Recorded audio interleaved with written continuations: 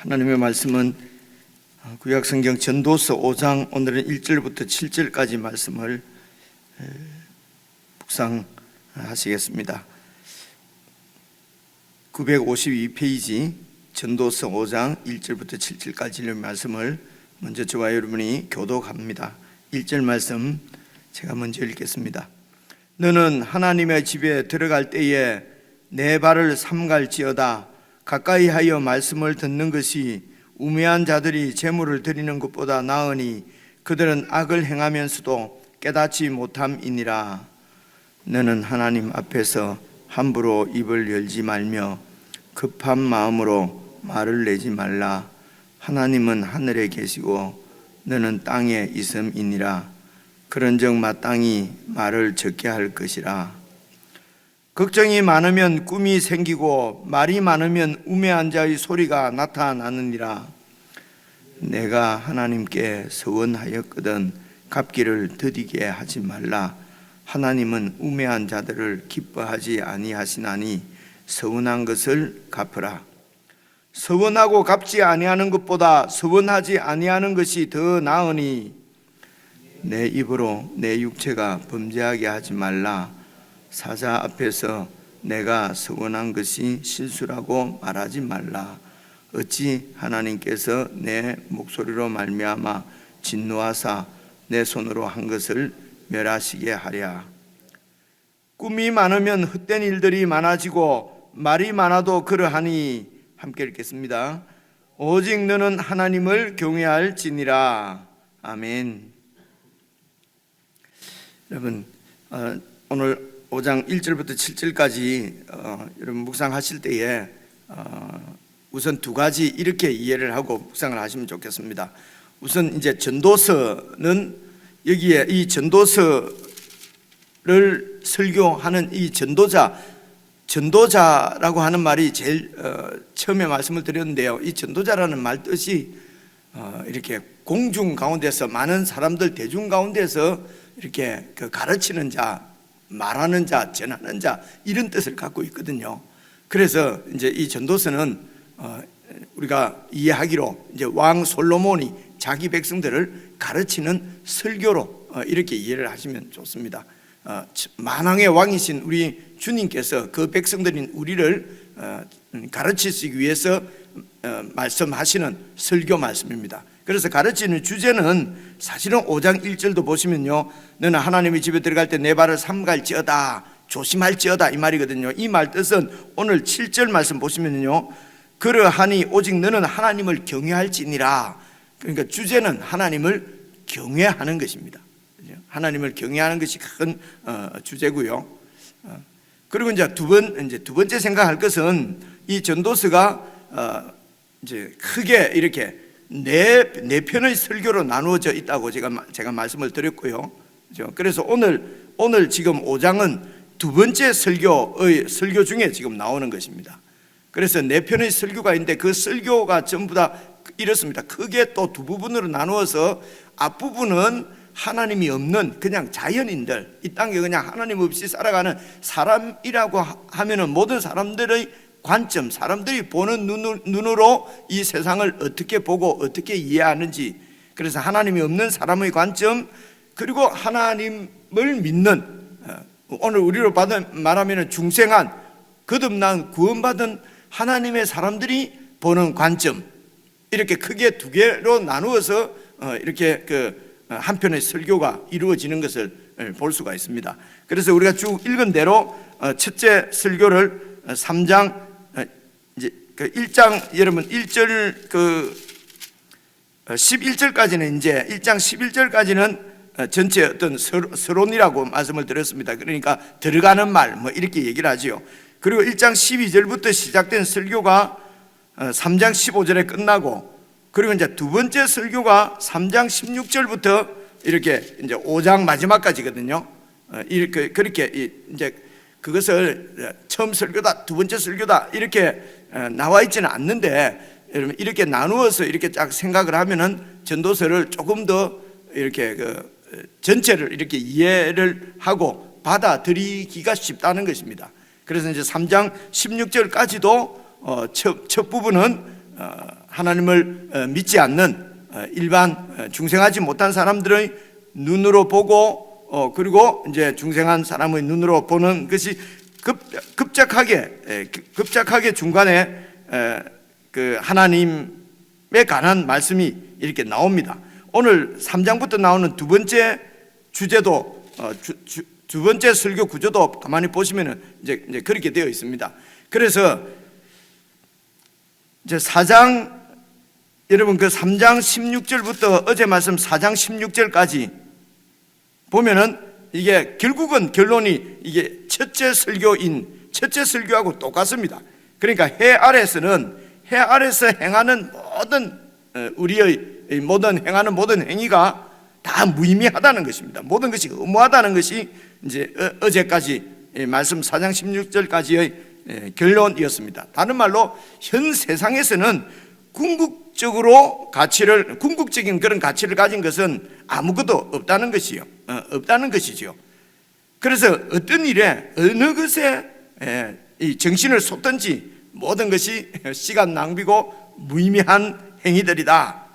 이렇게 그렇게 결론이 납니다. 이것은 처음 설교에서도 똑같았습니다.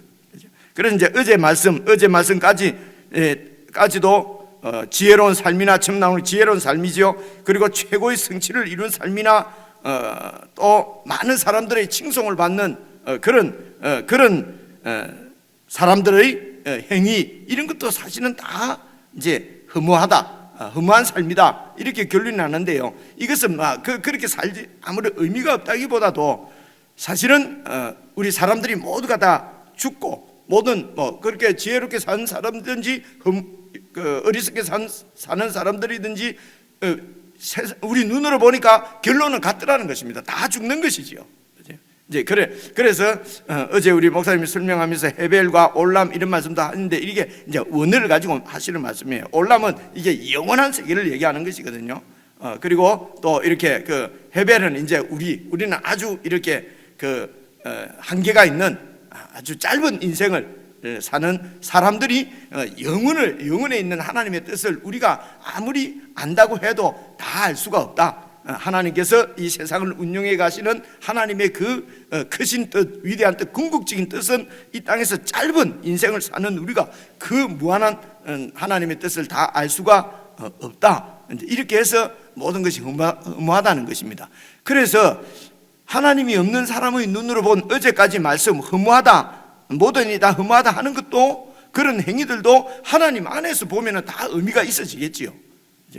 그래서 묵상을 할 때는 하나님 안에서는 어제 한 사람보다는 두 사람이 협력하는 것이 좋고, 근데 어제까지 말씀도 보면은 왜 허무하냐면은 두 사람이 협력하는 것도 자기의 이익을 위해서 협력하면은 다른 사람을 이용하는 거지요.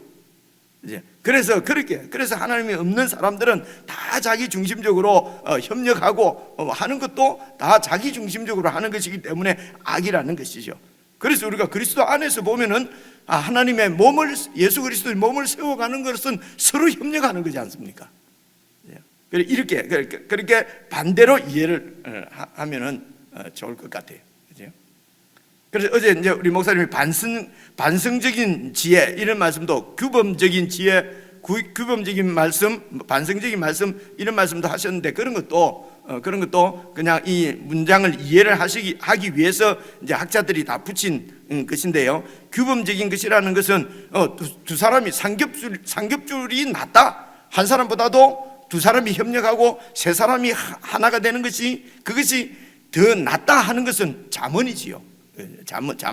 잠언이라는 말은 규범적인 지혜라는 것입니다. 딱 있는 처음 설명한 대로. 그래서 잠언은 초급의 이제 그 지혜고, 그런데 이 세상을 보니까 그런 규범이 안 통하더라는 것입니다. 안 통하는 영역이 예외가 되는 영역이 있다는 것이죠. 그렇죠? 보니까 그러니까 이제 갈등이 생기는 거거든요. 그래서 그러니까 콩 심은 데 콩이 나고 팥 심은 데 팥이 나고 인과응보, 악을 행한 사람은 벌을 받고 악을 행한 자는 벌을 받고 선을 행한 자는 복을 받는 것이 이게 규범적인 지혜라는 것입니다. 규범적인 말씀이죠. 율법이라는 것입니다. 근데 세상을 보니까 악을 행하는데 더 복을 받는 것 같고 선을 행했는데도 벌을 받는 것, 이런 것들이 보이더라는 것입니다. 그죠? 이제 이런 것을 어떻게 이해할 것인가? 반대로 성찰해서 또 이렇게 생각해 보는 것입니다. 그래서 그걸 반성직 지혜다, 이제 이렇게 목사님 표현을 한 것 같은데요. 그냥 넘어갈 것 같아서 제가 말씀을 드린 것이고요. 그래서 이제 이 전도서의 지혜는 이런 규범적인 초급 지혜에서 좀 더 그러면 왜 규범적으로 이런 패턴, 그것은 이제 어제 목사님이 또 패턴이라고 말씀을 하던데요. 이제 그런 패턴 안에 왜 이 세상의 모든 이들이 하나님이 정해놓은 그런 패턴 안에 왜 안 들어가는가? 그 패턴을 벗어난 것 같다는 것입니다. 근데 이제 결국은 패턴을, 하나님의 그 영원하신 올라옴의 패턴을 헤벨에 살고 있는 우리가 다 이해를 못하는 것 뿐이다. 그렇기 때문에 하나님을 경외하라, 이런 말씀이었습니다. 이런 주제가 계속해서 나옵니다. 예를 들어 어제 제일 마지막 부분에 여러분 13절 말씀부터 한번 봐보십시오. 어제 함께 묵상한 본문이지만은 이런 말씀도 여러분 그냥 읽으면 이게 내용이 뭘 얘기하는지를 잘 이렇게 모를 수가 있어요. 근데 찬찬히 문단을 잘 끊어서, 여러분 묵상하실 때 어려워 보이도 문단을 잘 끊어서 보시면은 크게 어렵지가 않습니다. 봐보십시오. 13절부터 가난해도 지혜로운 젊은이가 있고요, 늙고 둔해서 경고를 더 받을 줄 모르는 왕보다 낫다. 그러니까 어떤 가난하고 근데 이 가난하고도 지혜롭다는 말은 잠언적으로, 구약에 있는 잠언으로 보면은 이런 말이 잘 맞지가 않아요. 잠언에서는 이렇게 가난하고 하는 이것이 지혜로운 것이 아니고 그 반대, 어리석은 것입니다. 없는 것은 어리석은 것이고, 그리고 또 늙었다 하는 것은, 이건 늙은 것은 구약의 그 잠언을 통해서 보면은 늙었다고 하는 것은 지혜로운 것입니다. 그래서 백발은 지혜를 얘기하는 거지요. 그런데 늙고도 지혜롭지 못하고 둔한 사람이 있다는 것이죠. 그렇죠? 그래서 잠언의 패턴을 벗어난 것입니다. 이게 어쨌든 어떤 왕이 늙어서 더 이상 다른 사람의 경고를 받지 않는 것이죠. 아주 어리석은 것이죠. 이것은 그 바로 앞에 한 사람, 동무가 없는 오직 한 사람, 자기만을 위해서 열심히 일한 사람하고도 연결이 되는 것입니다. 그래서 이 왕은 자기를 조언해주고 도와주는 친구가 없는 거지요.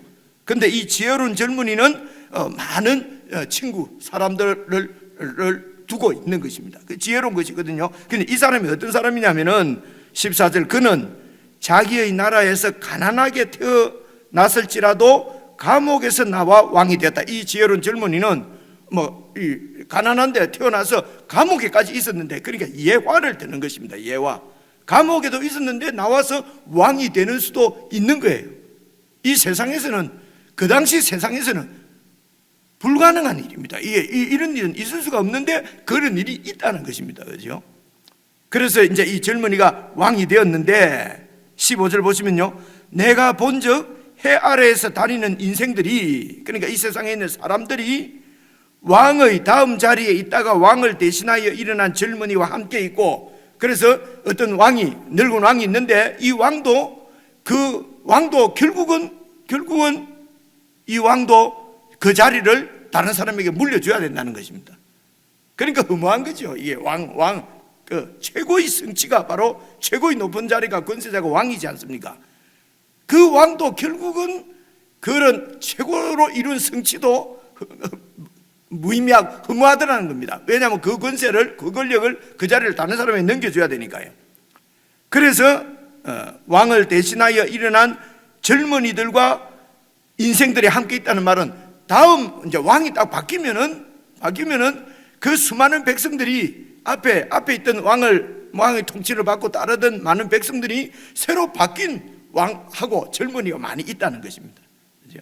이만큼 이런 그 통치자의 권세도 딱 이게 리더십이 바뀌면은 백성들은 바뀐 리더십하고 함께 있게 되기 때문에 앞에 있던 왕의 그런 많은 권한도, 그런 이런 성취도 무의미하다는 것입니다. 그리고 봐보시죠. 16절 보시면은 그의 치리를 받는 모든 백성들이 무수하였을지라도, 이제 앞에 말을 설명하는 것입니다. 많은 백성들이 그의 왕의 통치를 받았더라도 후에 오는 자들은 그를 기뻐하지 않는다. 왕이 바뀌고 그 왕의 통치를 받는 사람은 앞에 있는 사람의 그 왕의 업적을 잊어버린다는 것입니다. 칭송을 더 이상 하지 않는다는 것입니다. 그러니까 이것도 헛되어서 바람을 잡는 것이다. 그죠? 많은 사람의 칭송을 받는 유명한 이런 그런 명예로운 사람, 그런 칭송을 받는 사람, 혹은 최고의 권자에 오른 그런 실력, 이런 모든 것들이 다 무의미하고 이것도 헛되고 바람을 잡는 것과 같은 것이더라. 그래서 하나님이 없이 이 땅에서의 모든 수고는 결국은 이제 헛된 것이다 라고 하는 것이 처음 우리 설교에서도 주제가 그랬지 않습니까? 똑같은 것입니다. 그리고 이제 5장부터 5장 마지막까지 5장은 바로 딱 바뀌어서 1절부터 보시면요, 5장 1절, 너는 하나님의 집에 들어갈 때 주제가 바뀌는 것입니다. 그러니까 4장까지는 하나님 없이 그냥 이 땅 위에서 인간들이 그 목표를 하고 살아가는 모든 그 삶, 목표가 이제 뭐 명예든지 돈이든지 재물이든지 뭐 이런 그 권세든지 이제 이런 것인데, 이제 5장부터 딱 보면은 하나님을 어떻게 경배할 것인가, 어떻게 예배할 것인가 하는 주제로 딱 이렇게 바뀌는 것이 볼 수 있습니다. 그래서 이 하나님을 경배하는 것도 어리석게 경배하는 경우가 있다는 것입니다. 그렇죠? 그리고 이어서 나오는 주제가 이제 말을 적게 하고 많이 하고 기도도 어리석게 기도하는 것이 있고 지혜롭게 기도하는 것이 있고요. 서원하는 것도 어리석은 서원이 있고 이렇게 지혜로운 서원이 있고, 그래서 4장까지는 이 까지의 그 목표와 5장부터 이 인간들이 이제 그 목표하는 것이 주제가 바뀐다고 하는 것을 이제 전체 문맥에서 잘 보시면 좋습니다. 그래서 하나님이 있는 사람, 하나님을 아는 사람은 이제 하나님을 예배하는 일이 이제 어떻게 예배할 것인가, 그 주제입니다. 그래서 너는 하나님이 집에 들어갈 때에 내 발을 삼갈지어다. 성전에 들어간다는 말이지 않습니까? 성전에 예배하러, 경배하러, 하나님께 예배하러 들어갈 때에 조심해야 된다는 것입니다. 내 발을 삼갈지어다. 왜냐하면은 가까이 해서 말씀을 듣는 것이 우매한 자들이, 어리석은 자들이 제물 드리는 것보다 나으니. 왜 그러냐? 왜 나으냐? 그 우매한 자들은 악을 행하면서도 깨닫지 못한다는 것입니다. 그러니까 악이 무엇인지 모른다는 것입니다. 그래서 악이 무엇인지를 알기 위해서 하나님의 말씀을 잘 들어야 그 악을 행하지 않고 피할 수가 있는 것이죠. 그래서 하나님의 뜻을 모르고 그냥 제물을 드린다는 것은 경배를 드린다, 제사를 드린다, 오늘 우리 치면 예배를 드린다는 것이거든요. 그런데 그 예배를 드리는 것이, 그러니까 제물 드린다는 것은 오늘 우리가 예배 드리는 것이죠. 왜 어리석은 것이냐? 악을 행하면서도, 악은 하나님의 뜻대로 하지 않는 것이지 않습니까? 반대로 하나님의 뜻을 거역하는 것이니까, 그렇게 하나님의 뜻을 거역하면서도 이것이 하나님의 뜻을 거역하는 건지 아는 건지조차도 모른다는 것입니다. 그러니까 하나님을 예배하는 것도 자기 방식대로 한다는 것입니다. 그냥 자기 좋은 대로 하나님을 경배한다는 것이죠. 그러니까 겉으로 보면은 이게 왜 하나님을 지금 예배하고 있지 않느냐, 하나님을 경배하고 있지 않느냐, 그것이 다 좋은 것이라고 생각하는데, 그런데 그것이 이렇게 하나님 앞에 악을 행하는 것일 수도 있다는 것입니다. 참다운 경배가 아니라는 것이죠. 그래서 가까이 해서 하나님의 말씀을 잘 듣는 것이 낫다. 그것이 나은 것. 이것도 좋은데 그것보다 더 낫다는 것이 아니고, 하나님의 말씀을 잘 들어야 참다운 예배를, 경배를 드릴 수가 있다는 것이죠. 그래서 삼갈지어다, 네 발을 삼갈지어다는 말은 지금 7절에 오직 너는 하나님을 경외할지어다 하는 거하고 같은 말이에요. 삼가라는 말은 경외한다는 말입니다. 하나님을 정말 경외한다면 조심해서 하나님 말씀을 잘 들어야 되는 거지요. 그래서 이제 5장 1절부터 7절까지가 한 문단입니다. 이 한 문단. 이제 그렇게 구조들을 잘 이렇게 살펴보면은 이제 8절 9절도 사실은 같은 문체이기 때문에 9절까지 이렇게 한 문단으로 넣어야 된다고 보는 분들도 있어요. 그런데 제가 보기에는 이 8절 9절은 내용상으로 이제 그런 것 같지가 아니고요. 그런데 보통 다음 단계로 또 넘어가기 위해서 중간에 이렇게 연결구가 들어가거든요.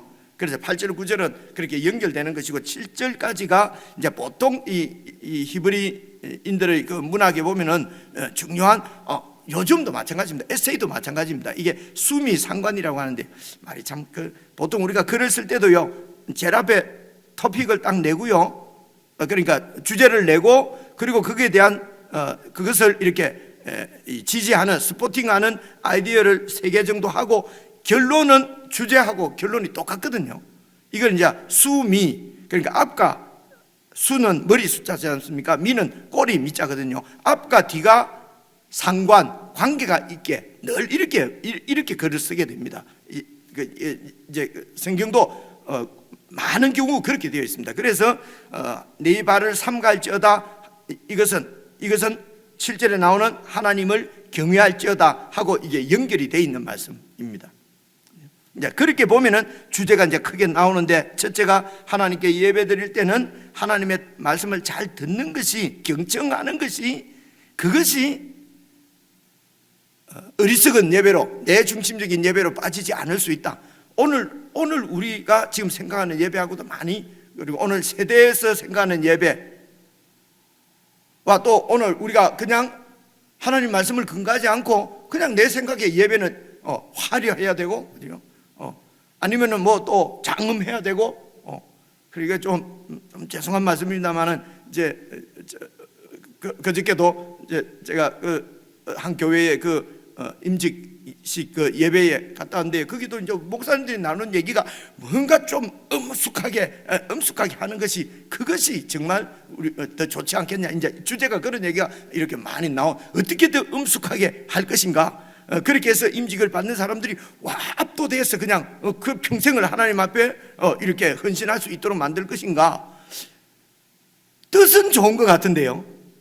뜻은 좋은 것 같은데 그렇게 하나님 앞에 평생도록 헌신할 수 있도록 그렇게 직분자를 세우기 위해서 더 하나님의 뜻이 무엇인지 잘 배워서 하나님의 뜻에 순종하도록 보다도 뭔가 어떤 엄숙한 분위기를, 임직의 그 식의 분위기를 만들어 가지고 그렇게 해야 되지 않겠는가. 뭐 나쁜 얘기는 아닌 것 같은데 속으로는 제가 한마디도 잘 안 했습니다만은 정말 이게 핵심을 자꾸 비껴간다, 이런 느낌. 그죠? 그리고 많은 예배가 예배도 어떻게 좀 엄숙해야 되고 장음해야 되고, 그래서 성당이 더 좋고 이런 얘기들을 많이 하지 않습니까? 그죠? 이렇게 그 자체를 무슨 비난하거나 비판하려고 하는 것이 아니고, 하나님의 말씀보다도 때보다도 그런 우리 시각으로 어떻게 하면은 그렇게 해서 이제 좋은 예배, 아주 하나님도 기뻐하실 것이라고, 이제 이렇게 우리가 그냥 내 방식대로 예배를 드리는 거지요. 그래서 하나님을 예배하는 꼭 예배 의식뿐만 아니라 우리의 삶 전체가 사실은 예배지 않습니까? 그래서 우리의 삶을 예배로 하나님 앞에 드려지기 위해서는 로마서 12장 2절 3절 나오는 대로 하나님의 선하시고 온전하시고 기뻐하신 뜻이 무엇인지 늘 분별해서 그 뜻대로 순종하는 것이 참다운 예배라고 그렇게 말씀을 하는 것입니다. 두 번째 주제가 봐보십시오. 그래서 2절, 그래서 너는 하나님 앞에서 함부로 입을 열지 말고 급한 마음으로 말을 내지 말라. 그래서 하나님 앞에 와서 이제 기도할 때도 급하게 입을 막 열거나 급한 마음으로 말을 내지 말라는 것입니다. 이유가 뭡니까? 딱 이 패턴이 이렇게 나와요. 이유는 하나님은 하늘에 계시고 너는 땅에 있기 때문에 그렇다. 하나님은 모든, 그러니까 올람의 패턴이죠. 하나님은 올람의 세계에 있습니다. 전체 영원한 세계에 있는 하나님은 하나님이고, 너는 지금 이 헤벨이라는 것입니다. 헤벨은 아주 이런 땅에 있다는 것입니다. 한계가 있고 전체를 다 알 수가 없고 5분 앞에 무슨 일이 날지도 우리는 모르잖아요. 하나님은 영혼을 알고 계시는 분이고, 그렇기 때문에 하나님 앞에서 급한 마음으로 입을 열거나 그렇게 막 그렇게 급한 함부로 입을 열어서는 안 된다. 이유가 뭡니까? 하나님은 하늘에 계시고 우리는 땅에 있다. 그 다음에 결론입니다. 그런즉 마땅히 말을 적게 하라. 이게 이제 2절에 이제 이게 또 한 문단입니다. 그래서 마땅히 말을 적게 하라. 이것이 결론이고요.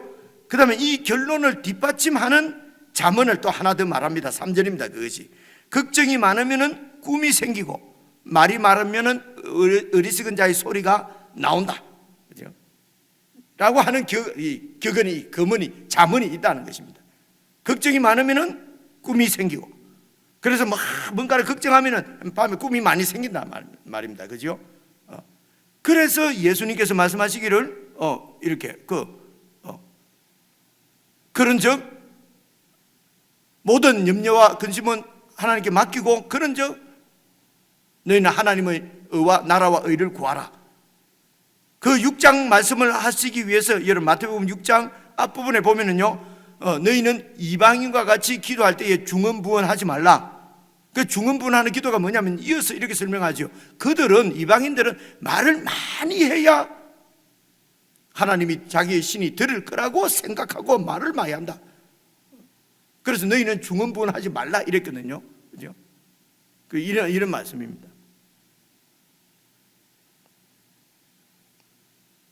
그래서 이제 3절까지가 이제 기도의 주제입니다. 그 다음 4절부터 봐보십시오. 서원입니다. 네가 하나님께 서원하였거든 갚기를 더디게 하지 마라.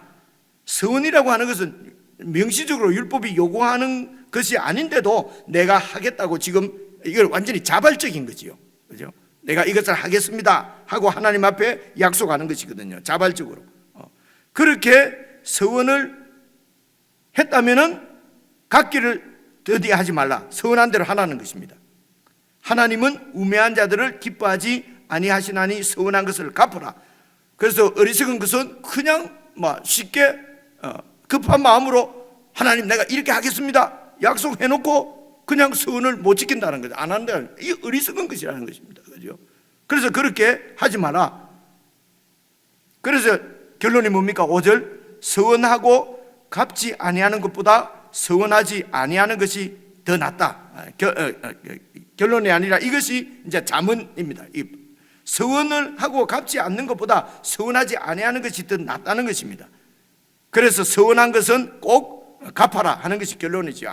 왜냐하면 하나님은 우매한 자를 기뻐하지 아니하기 때문에 이유가, 그죠? 서원하였거든 갚기를 더디하지 말아야 될 이유는 뭡니까? 하나님은 우매한 자를 기뻐하지 않는다. 그래서 서원한 것을 꼭 갚아라.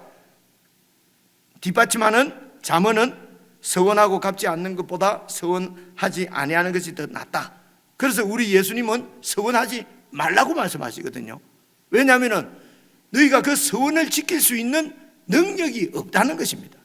그렇죠? 그러면 어떻게 하라는 것입니까? 서원하지 말고 지금 있는 것을 가지고 하나님께 드리라는 것입니다. 그렇죠? 지금 하나님 말씀대로 행하라는 것입니다. 지금 하지 않고 뒤에 내가 이렇게 되면 이렇게 하겠습니다, 이렇게 해주시면 이렇게 하겠습니다, 그렇게 해줘도 그렇게 할 수 있는 능력이 우리에게 없다는 것입니다. 그렇죠? 그래서 미래에 대한 약속 자꾸 하지 말고 오늘 내가 섬기고 사랑하고 할 수 있는 일로 그렇게 이제 주님의 몸을 섬기고 하나님을 섬기라고 하는 그런 말씀입니다. 그게 지혜로운 것이라는 것입니다. 그 다음 세 번째 주제가 이제 6절부터 나옵니다. 네 입으로 네 육체가 범죄하게 하지 말라.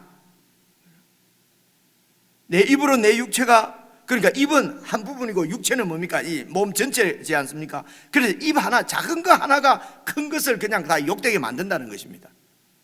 그래서 입 하나가 네 육체를 하게 하지 말라. 무슨 얘기입니까? 이어서 얘기합니다. 사자 앞에서, 사자는 심부름꾼입니다. 왕이 보낸 심부름꾼이죠. 하나님이 보낸 심부름꾼입니다. 그래서 곧 하나님입니다. 곧 왕입니다. 사자 앞에서 내가 서원한 것이 아이고 실수였습니다 하고 보니까 그건 내가 실수로 서원을 했습니다 라고 말하게 되면은 어찌 하나님께서 네 목소리로 말미암아 진노하사 네 손으로 한 것을 멸하게 하시랴. 그래서 작은 입이, 예를 들면 서원이죠. 해놓고 서원한 것을 갚지 못하고 그렇게 하면은 이 심판, 구정 듣고 책망받고 심판받지 않느냐는 것입니다. 그래서 7절입니다. 꿈이 많으면, 이걸 뒷받침하는 또 잠언입니다. 꿈이 많으면 헛된 일들이 많고 말이 많아도 그렇다. 결론적으로 어떻게 하라는 것입니까? 오직 너는 하나님을 경외할지어다. 하나님 앞에 정말 조심하고 하나님이 어떤 분인지 알고 하나님을 참으로 하나님을 무겁게 여기라는 것입니다. 하나님을 가볍게 여기고 그냥 쉽게 말하고 쉽게 약속하고 그러고 지키지 않고 이렇게 다른 말로 신실지 못한 것입니다. 결국은 5장 1절부터 7절까지는 하나님 앞에 우리가 믿음을 지키는 것입니다. 신실하게 오늘을 사는 것이죠. 이것이 바로 예수님 안에서 영혼으로 이제 이어져 있는 삶입니다. 자세하게 설명할 것도 없는데 제가 이렇게 그냥 읽어서 자꾸 이게 막 믹스업되니까 이게 무슨 내용인지 잘 처음 읽으면 파악하기가 힘드니까요. 제가 설명을 좀 드렸습니다.